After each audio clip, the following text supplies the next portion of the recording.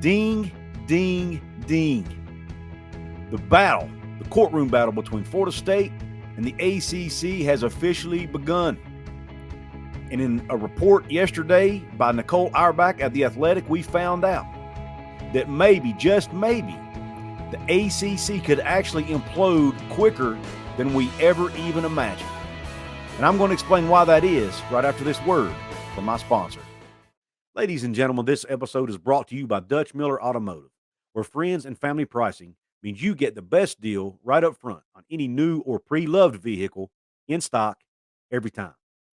With brands like Chevrolet, Chrysler, Dodge, Jeep, Ram, Kia, Hyundai, Ford, GMC, Buick, and Subaru, the Dutch Miller Automotive family is always growing and ready to put you in the car or truck you've been searching for.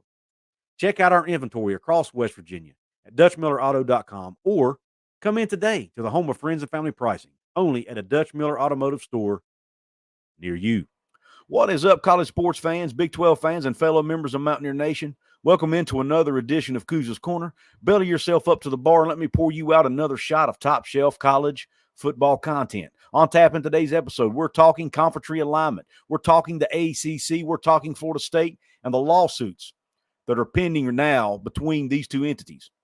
We found out yesterday through a public Zoom meeting with the Florida State Board of Trustees that they have filed suit against the ACC challenging the grant of rights. What we also found out is that the day before, which was Thursday, the ACC had filed their own suit against the Florida State Board of Trustees, but in the state of North Carolina.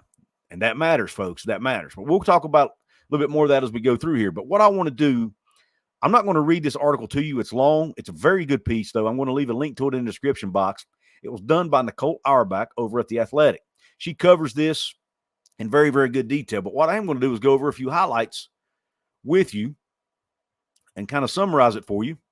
First off, just kind of to recap, for those of you who may not be following this as closely as I am, or a lot of us conference realignment junkies, what's going on is Florida State officially announced yesterday they're going to sue the ACC to challenge the grant of rights. The reasons they're giving, and there's more to it than this, but here are the primary reasons. They're saying it's restraint of trade, which is illegal in business, in the business world. It's part of antitrust, but they're saying it's restraint of trade because of the severity of the penalty. But we found out that actual total for them to get out right now would be $572 million. And they're saying that is far more severe than any of their peer conferences and that it's unparalleled in the industry. That's one reason. Another reason, they're saying this grant of rights is not enforceable. Now, they laid out some details as to why that is. I recommend you go read this article by Nicole once this video is over. They're also claiming breach of contract because the ACC did not properly exploit the school, meaning Florida State's media rights value, when negotiating the deal. And the Florida State is, in their eyes, and I think it's probably accurate, is much more valuable than other schools in the league, and they didn't take that into consideration when negotiating the contract. Now, on Thursday, the ACC preemptively sued the Florida State Board of Trustees. I'm assuming they saw this lawsuit coming, so they prepared themselves and filed their own suit. They're saying that Florida State cannot get out of the grant of rights for two reasons. A, because they signed it, and B, because they've benefited from it for 10 years. And in their mind, they're like, why wait 10 years to do this? If this grant of rights is so bad, so unparalleled, and it's unenforceable, then why are you waiting 10 years to file this lawsuit? That's the ACC side to this argument. And I'm not going to share it with you, but Jim Phillips put out a statement. The ACC commissioner put out a statement basically saying, we're going to stand firm, we're going to fight this, and we're going to hold and enforce this grant of rights because we feel it's enforceable. So it looks like we're in for a legal battle. Now, one thing the article mentions is there is a precedence here a little bit. Back when Maryland left the conference to go to the Big Ten several years ago, there was also lawsuits. The ACC sued Maryland. Maryland sued the ACC. They ended up settling for about, I think the ACC was asking for about 50 some million. Maryland was wanting to get out for about 20 some million. They ended up settling for like around 31 million or so. It's in the article, the details. So there is somewhat of a precedent. However, back then, there was not a grant of rights. You had the TV agreement with ESPN or whoever at that time, but there wasn't an actual grant of rights tying the school's rights to the conference. So that makes this case a lot harder and a lot more complex, in my opinion. And here's why I think, remember in the opening, I said the ACC could implode sooner than any of us think. A lot of people out there are assuming, and I was one of those people, that, it would be a long time before the ACC would implode, because this grant of rights through 2036 ties everything down until then, right? And you'd have to be at 2032, 2033 probably before we could even think about getting out of it because of the amount of money. Well, that may not be true, and here's why. I'm going to read a quote to you, and I'm actually going to share this with you so that you can see it for yourself. Here was one quote from the article. It says, or piece of the article that I am going to share with you. It says, Florida State's filing alleges that the ACC mishandled and misrepresented its contract extension negotiations with ESPN in 2016, stating that, quote, the ACC verbally represented to its members that ESPN had issued an ultimatum of the ACC grant of rights from 2027 to 2036, a full 9 years beyond the then expiration of ESPN's Tier 1 agreement. ESPN would enter into no further media rights agreements with the ACC, end quote. Now, Florida State says this is an ultimatum. To me, it's great negotiation by ESPN. They use their leverage to get this done. So to me, that's not a problem. I think the word ultimatum should be replaced by, it's just a business deal, man. It's just a business deal. That is what ESPN asked for. ACC agreed. All right, let's keep going. The complaint revealed publicly for the first time. Now, here's the key part of this now. The complaint revealed publicly for the first time that the ACC's 2016 extension with ESPN did not contain any guarantees of payment beyond the initial contract's expiration on June 30th, 2027. And it included a provision that ESPN has, quote, a unilateral option to extend that agreement, end quote, at the previously agreed upon rate, an additional 9 years through 2036. The filing alleges that ACC members were required to sign and extend the grant of rights through 2036, even though the media rights contract with ESPN was not guaranteed to extend through the same period. So basically what that's telling us is this contract, and by the way, according to a tweet put out by Bob Thompson, who's a former executive at Fox, ESPN is not happy that this was revealed publicly here, folks. But apparently, the way the TV deal with ESPN reads, the deal actually is only committed. They're only committed through 2027, folks. We're in 2024, getting ready to go into 2024, actually. So we're looking at like 3.5 years here left on this deal officially with ESPN for the ACC. However, ACC schools had to sign a grant of rights to the ACC with the ACC through 2036. That way, if ESPN decides to extend the agreement with the ACC past 2027 through 2036, they will. And according to Florida State's filings, it was an ultimatum that ESPN would not basically do this deal unless they signed the grant of rights through 2036. They feel like they got strong-armed into signing it. Basically is what they're saying here.